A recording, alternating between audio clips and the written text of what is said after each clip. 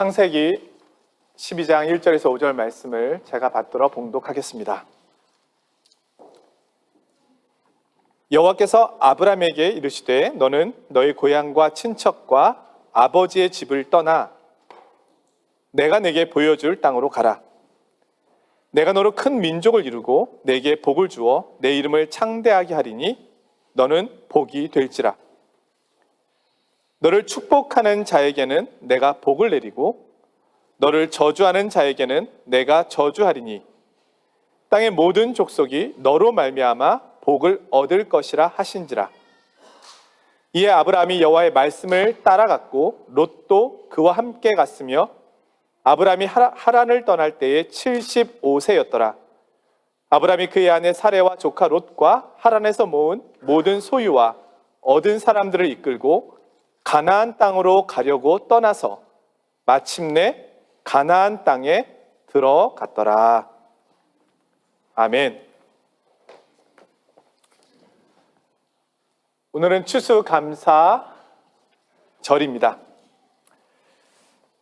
추수감사절은 구약 성경의 맥추절에서 유래를 찾을 수 있지만 근대적인 의미의 추수감사절은 미국으로 건너간 청교도들로부터 유래합니다. 1620년,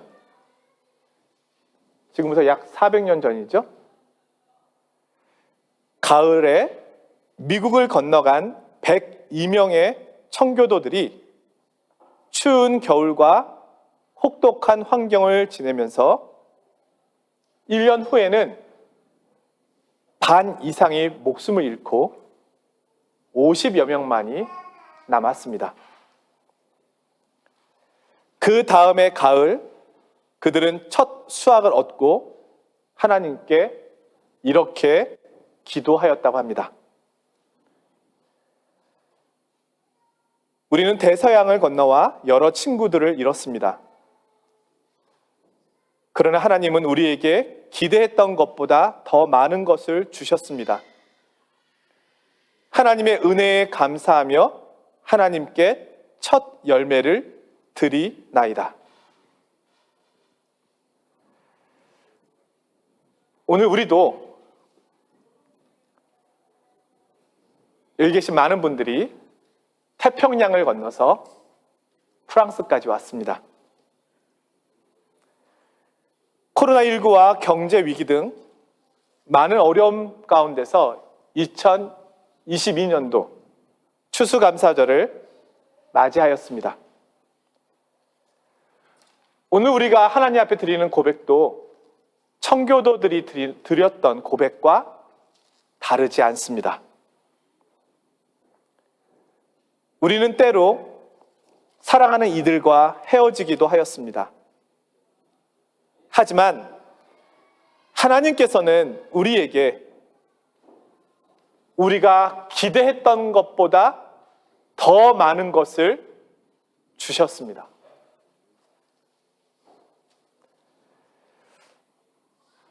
오늘은 한인 디아스포라 성도들과 같은 모습으로 고향과 나라를 떠나온 아브라함에 대한 이야기를 들으려 합니다. 아브라함 그는 고향을 떠나서 새로운 삶을 살게 되었는데요. 그의 삶을 통하여 우리에게 주시는 하나님의 말씀을 들으며 오늘 우리를 향한 하나님의 섭리하심에 귀를 기울여보는 시간이 되기를 원합니다. 창세기 11장은 바벨탑 사건으로 끝나지 않고 아브라함의 출생 이야기로 끝이 납니다. 하나님 나라에 대한 하나님의 계획이 이제 아브라함을 통해서 다시 펼쳐지기 시작하는 겁니다. 바벨탑 이야기 다음에 노아의 아들 셈의 족보가 나옵니다. 셈의 족보는 우리가 보듯이 낳고 계속 이어집니다. 그런데 계속 낳고 누가 누구를 낳고 이렇게 이어지다가 아브라함에 와서 나코가 멈춰버립니다. 아브라함의 아내 사레가 출산을 하지 못합니다. 11장 30절의 말씀인데요. 사레는 임신하지 못함으로 자식이 없었더라. 우리가 족보에서 보듯이 당시 시족 사회를 유지하는데 남자아이의 출생은 아주 중요하였습니다. 제가 학교 다닐 때 중학교 때인지 고등학교 때인지 고등학교 때는 아니겠죠? 대학교 때인지 기억이 잘 안 나는데 같이 수업을 듣는 학생 중에 여자아이인데 이름이 조꾸숙이었습니다. 꾸숙. 들어도 너무 생소한 이름이어가지고 혹시 이름의 의미가 뭔지 물어봐도 돼? 그랬더니 위로 6명의 언니가 있다는 거예요. 자기가 7번째래요. 딸을 낳고 딸을 낳고 딸을 낳고 그래서 아버지가 이제 딸은 네가 마지막이다 해서 꾸쑥으로 지었대요. 7번째 꾸쑥. 그래서 너무 궁금한 거예요. 그 다음은 어떻게 됐어? 8번째 아들이 태어났대요.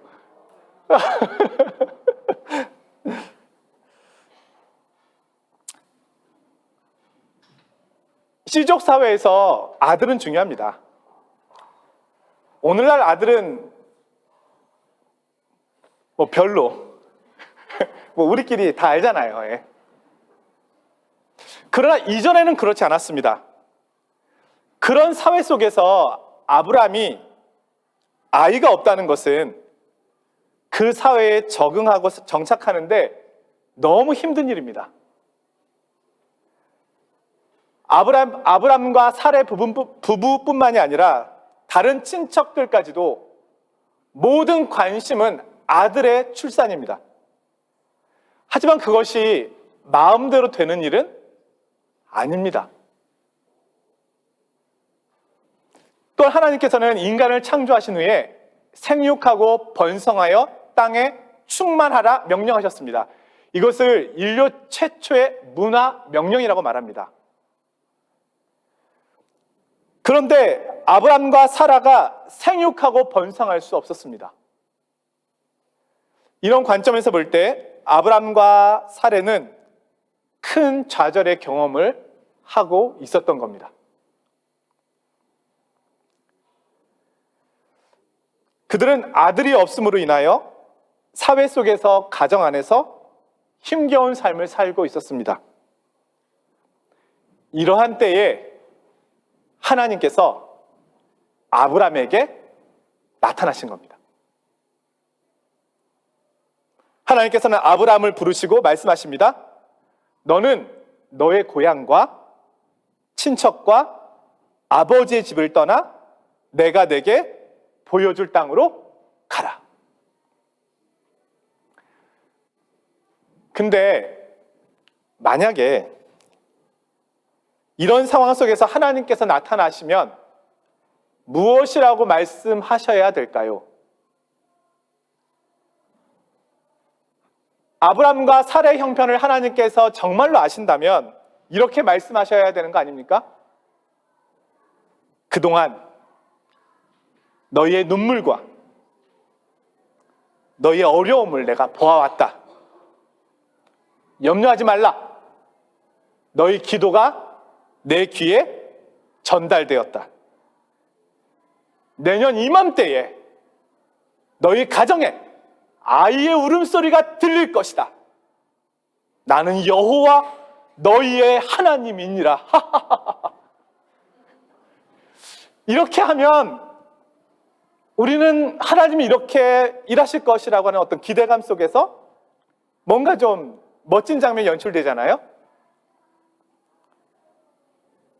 하나님께서 이렇게 행하시는 것이 가장 아름다운 모습일 것이라고 우리는 기대합니다. 그런데 하나님께서 아브라함에게 이렇게 하지 않으셨습니다. 하나님의 말씀은 친척과 아버지 집을 떠나라.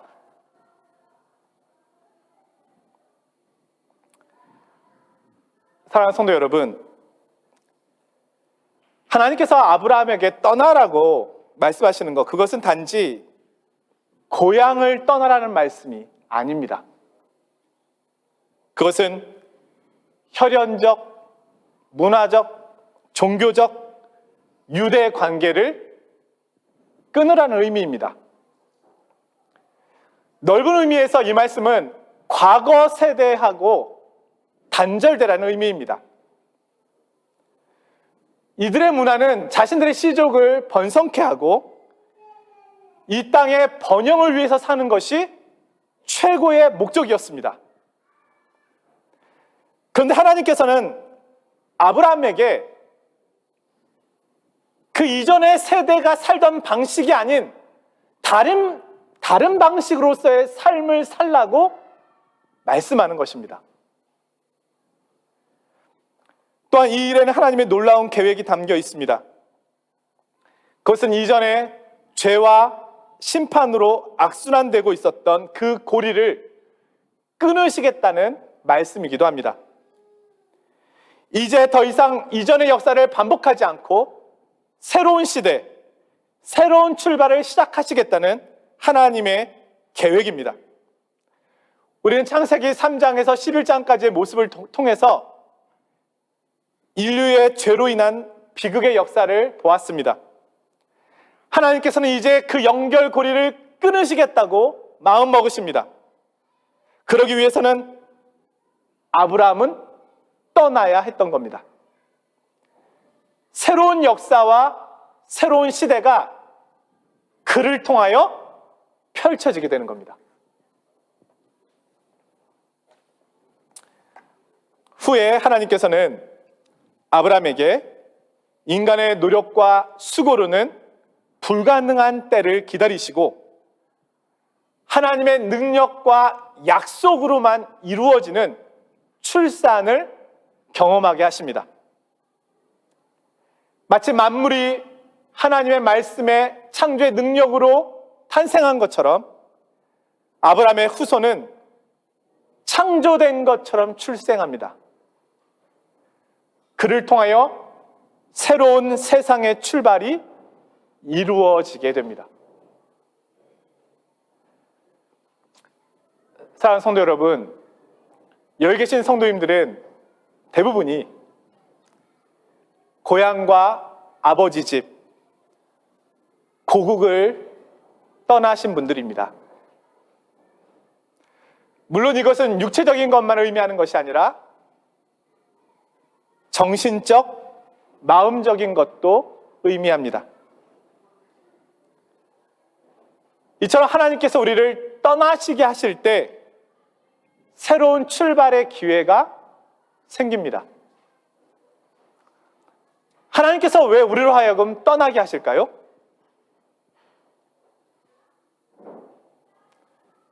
거기에는 세상의 가치관과 익숙함이 아닌 나를 향한 하나님의 특별한 계획과 뜻, 거기에 마음을 두도록 하시는 거 아니겠습니까?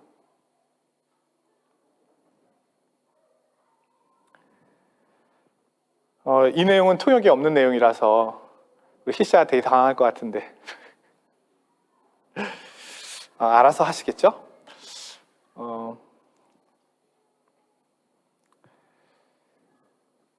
많은 청년들이 프랑스에 유학을 와서 프랑스의 자유를 누리려고 합니다.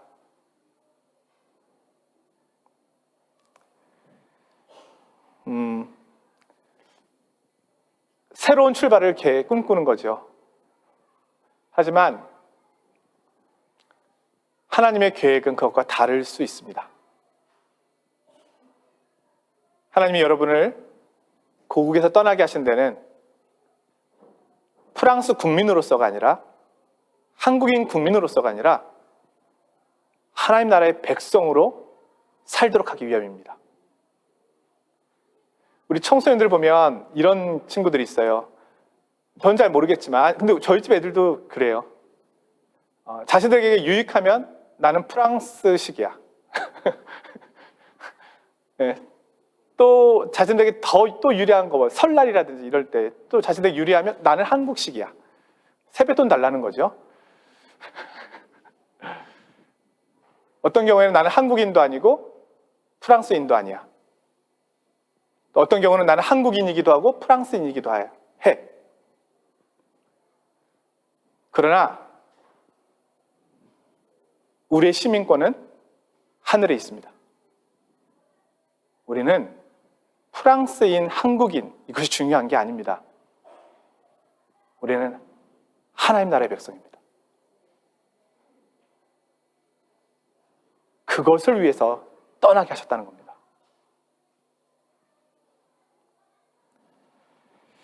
자, 하나님께서 아브라함을 떠나게 하신 계획이 있음을 말씀하고 계시는데요. 이 계획을 성취하기 위해 그는 떠나야만 했습니다. 하나님께서는 아브라함을 통해서 꿈을 꾸고 계셨습니다. 그 꿈은 아브라함의 친척과 아버지가 꾸는 꿈이 아닌 상상할 수도 없는 엄청난 다른 꿈이었습니다. 2절에 이렇게 말씀합니다. 내가 너로 큰 민족을 이루고 내게 복을 주어 내 이름을 창대하게 하리니 너는 복이 될지라. 하나님께서는 아브라함이 한 씨족 사회의 구성원이 아니라 큰 민족의 조상이 되게 하겠다라는 꿈을 갖고 계셨습니다. 한 가정의 아버지가 아니라 하나님께서 지시하신 약속의 땅에서 열국의 아버지가 되게 하시겠다고 하는 계획을 갖고 계셨습니다. 모든 사람들은 한 부족의 구성원이 되는 것으로 만족해야 합니다. 그것이 그 사회가 가지고 있는 연대감입니다. 그런데 하나님께서는 그 부족을 넘어서 온 민족의 조상이 되도록 아브라함을 인도하십니다. 어느 누구도 할 수 없었던 그 꿈을, 그 계획을 하나님께서 말씀하고 계시는 겁니다. 이 세상의 가치관이 아닙니다. 하나님의 계획입니다. 자, 하나님께서 아브라함을 통해 행하시려고 하는 꿈이 궁극적으로 하나님의 나라라고 말씀하십니다. 창세기 18장 19절에는 하나님께서 아브라함을 부르신 목적을 구체적으로 알려주시는 내용이 나오는데요. 이 구절이 굉장히 중요합니다. 제가 한번 읽어보겠습니다. 내가 그로 그 자식과 권속, 가족, 식구에게 명하여 여호와의 도를 지켜 의와 공도를 행하게 하려고 그를 택하였나니. 자, 제가 세번역 성경으로 다시 한번 읽어드릴게요. 잘 들어보셔요. 하나님께서 아브라함을 부르신 목적이 여기 나옵니다. 그를 고향 아버지의 집에서 떠나게 하신 이유가 나옵니다. 내가 아브라함을 선택한 것은 그가 자식들과 자손을 잘 가르쳐서 나에게 순종하게 하고 옳고 바른 일을 하도록 가르치라는 뜻에서 한 것이다. 그의 자손이 아브라함에게 배운 대로 하면 나는 아브라함에게 약속한 대로 다 이루어 주겠다.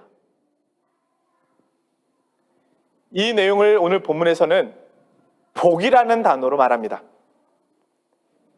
2절을 제가 읽어드리면 내게 복을 주어, 3절은요 너를 축복하는 자에게는 내가 복을 내리고 땅의 모든 족속이 너로 말미암아 복을 얻을 것이라.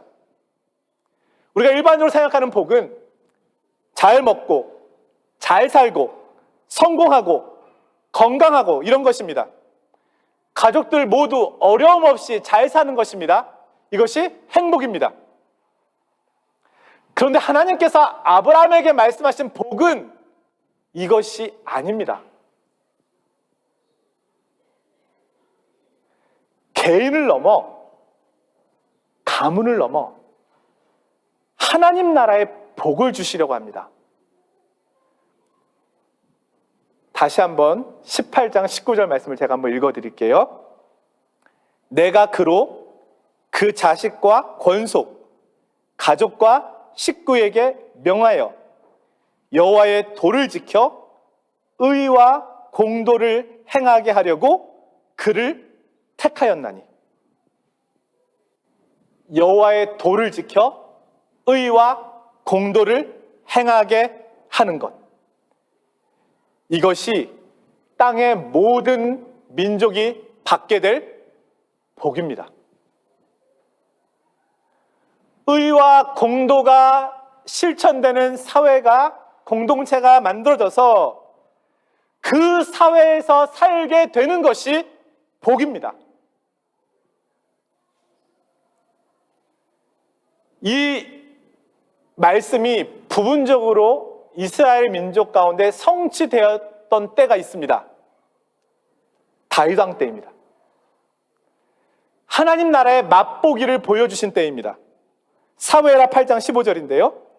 다윗이 온 이스라엘을 다스려 다윗이 모든 백성에게 정의와 공의를 행할세. 그는 하나님의 마음에 합한 사람이었습니다.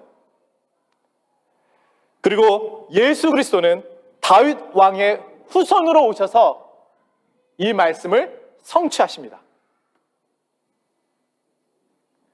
그러면 하나님께서 꿈꾸시는 의와 공도라고 하는 것이 무엇일까요?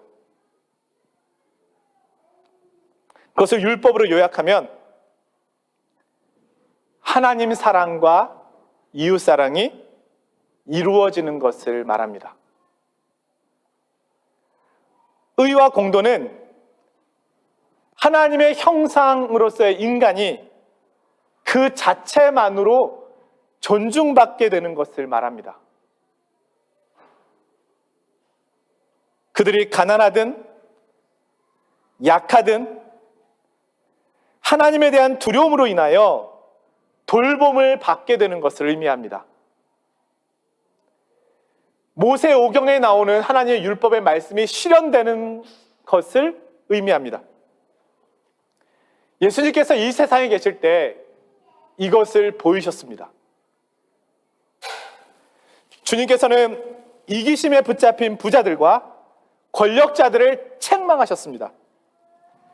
하지만 예수님께서는 상한 갈대와 꺼져가는 심지와 같은 소외되고 작은 자, 병든 자, 수고하고 무거운 짐을 진 인생들을 찾아가셔서 의와 공도를 실천하셨습니다.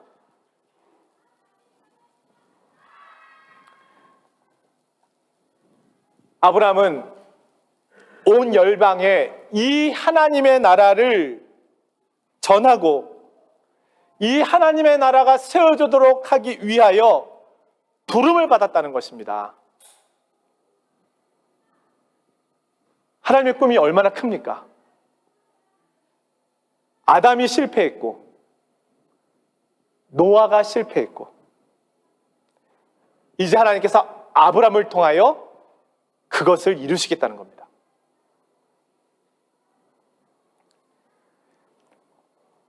이 일은 결국 아브라함의 후손인 이스라엘을 통하여 일시적이고 부분적으로 나타납니다.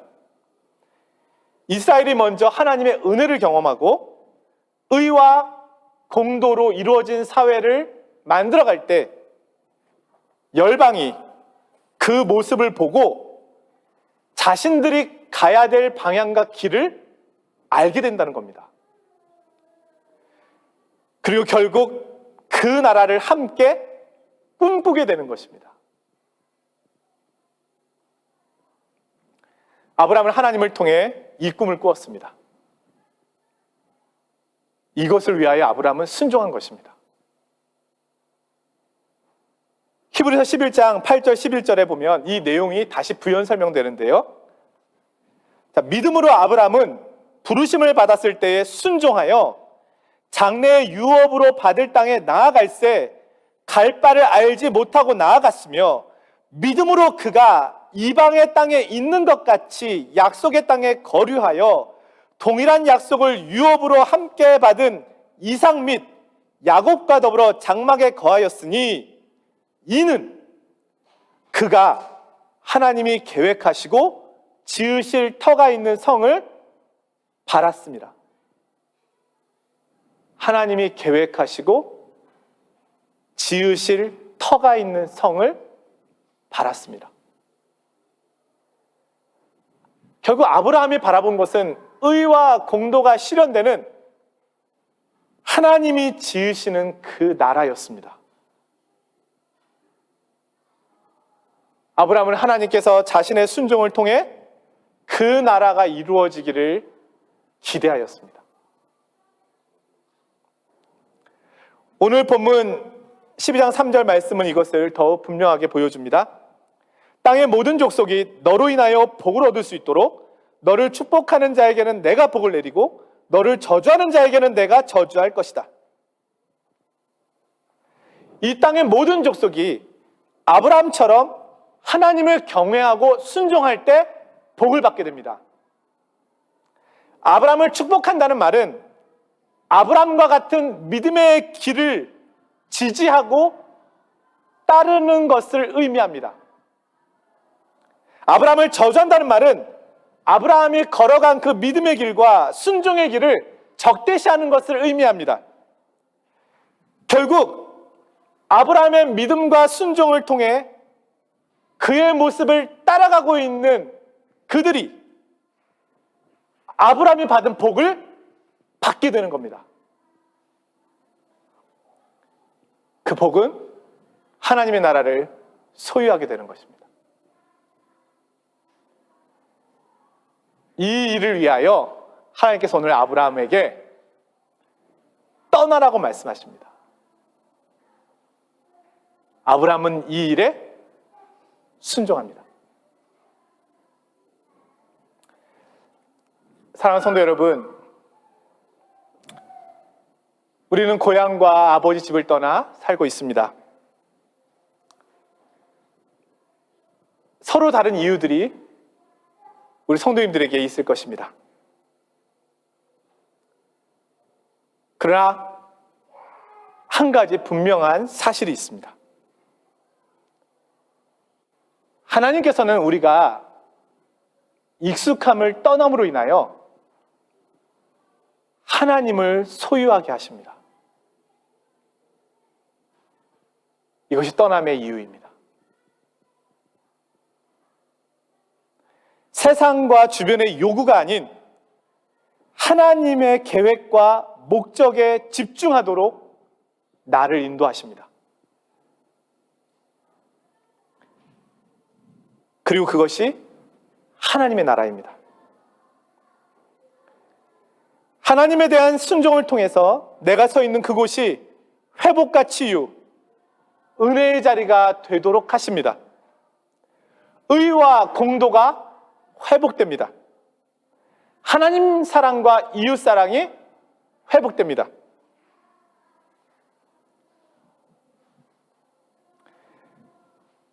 오늘 저와 여러분이 몸을 담고 있는 그 삶의 자리에 하나님의 나라가 회복되기를 원합니다. 오늘은 추수감사 주일입니다.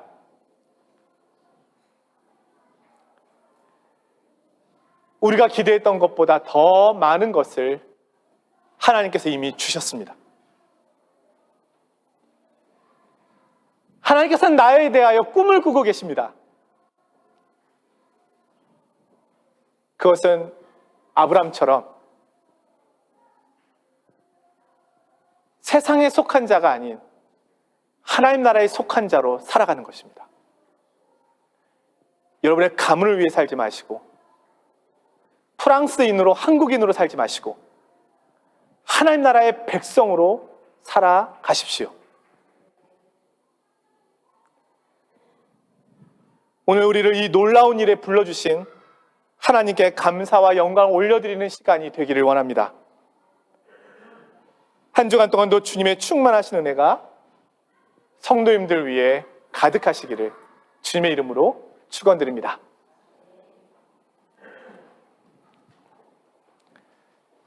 거룩하신 하나님 아버지,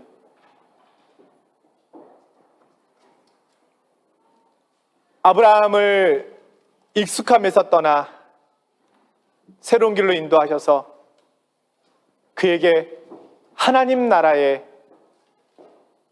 백성, 조상이 되도록 이끄신 주님,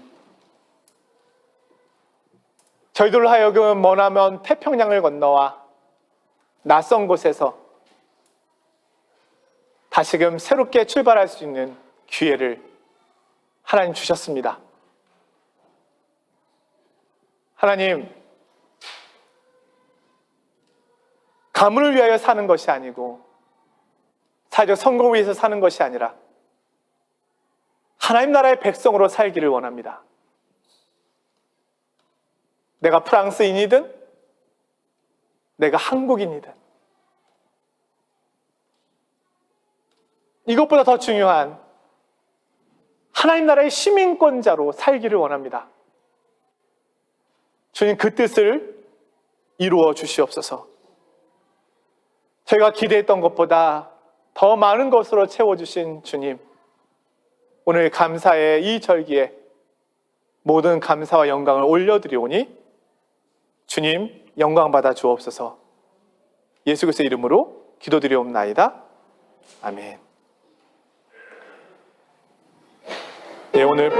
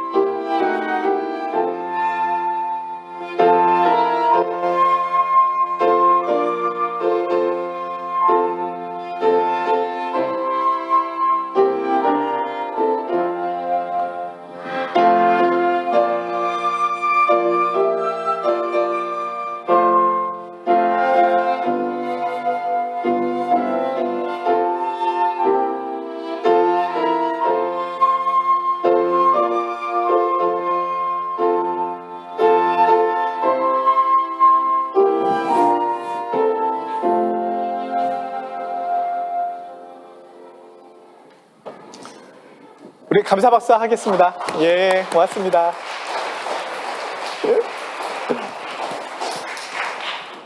봉헌 기도 드리겠습니다. 하나님, 감사합니다.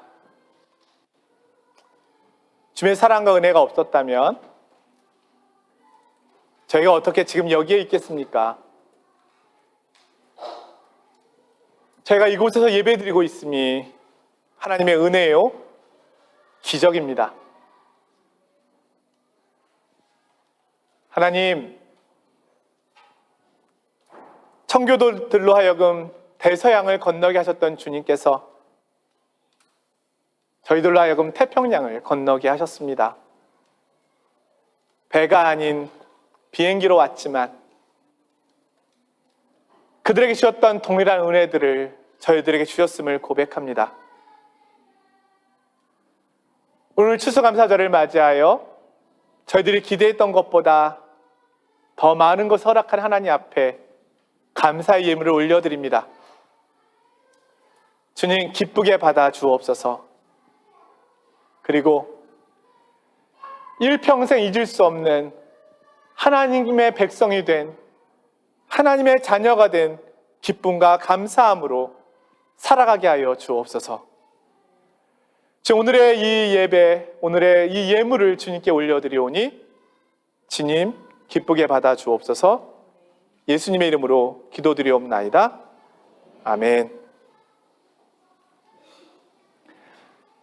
우리 앞뒤 좌우에 계신 분들과 인사하겠습니다. 사랑합니다. 우리 인사하죠. 사랑합니다. 사랑합니다. 네, 사랑합니다. 어색합니다. 우리 한 번 더 인사합시다. 우리 좌우 말고 앞뒤까지 한번 우리 한번. 자, 우리 다시 한번 인사하겠습니다. 사랑합니다. 앞뒤. 자, 사랑합니다. 예, 사랑합니다. 네. 저도 어느 모임 가면 이런 거 하는 거 되게 싫어해요.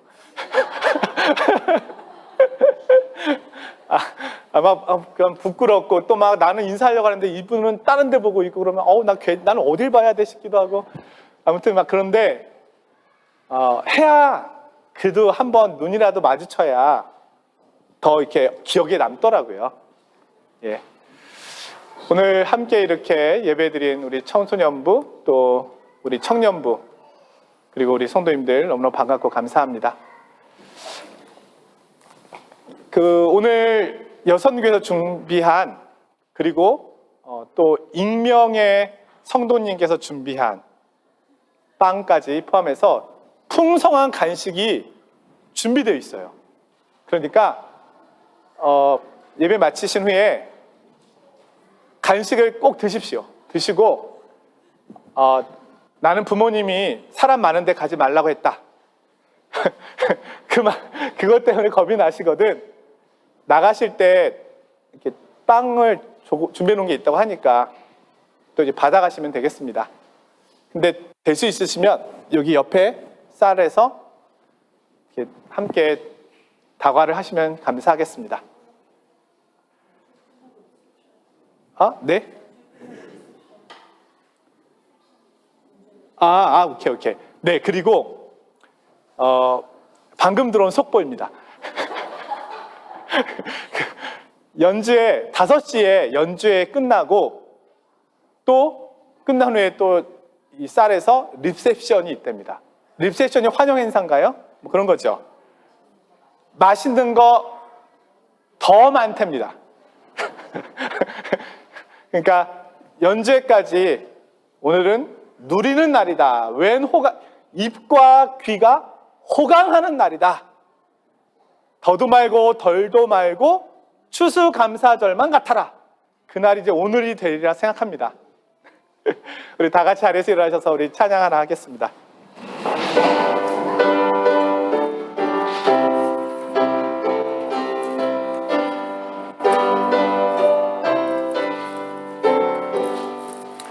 넓은 들에 익은 곡식 황금 물결 뒤치며 어디든지 태양빛에 향기 진동하도다. 무르익 저 곡식은 낯을 기다리는데 때가 지나가기 전에 어서 추수합시다. 추수할 것 많은 때에 일꾼 매우 적으니 열심히 있는 일꾼들을 주여 보내주소서. 무르익은 저 곡식은 낯을 기다리는데 때가 지나가기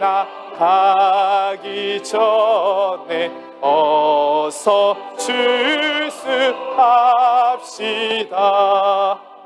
먼 동 틀 때 일어나서 일찍 들에 나가 황혼 때가 이기까지 추수하게 하소서. 무르익은 저 곡식은 낯을 기다리는데 때가 지나가기 전에 어서 출수합시다. 거둬들인 모든 알고 천국 창고 들이는 주가 베풀 잔치 자리 우리 참여하겠네. 무릎 익은 저곡식은 낯을 기다리는데 때가 지나가기 전에 어서 출수합시다.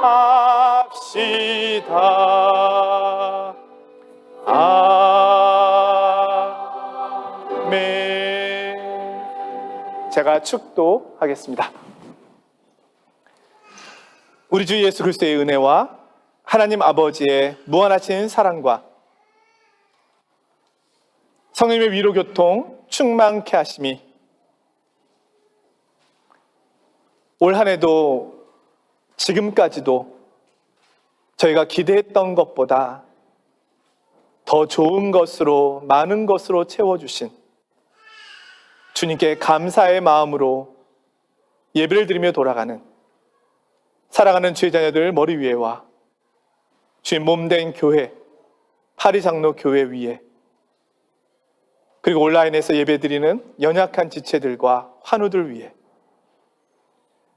또 먼 곳에 또 출장을 떠난 사랑하는 이들 위해 지금부터 영원까지 함께 하시기를 간절히 축원하옵나이다. 아멘.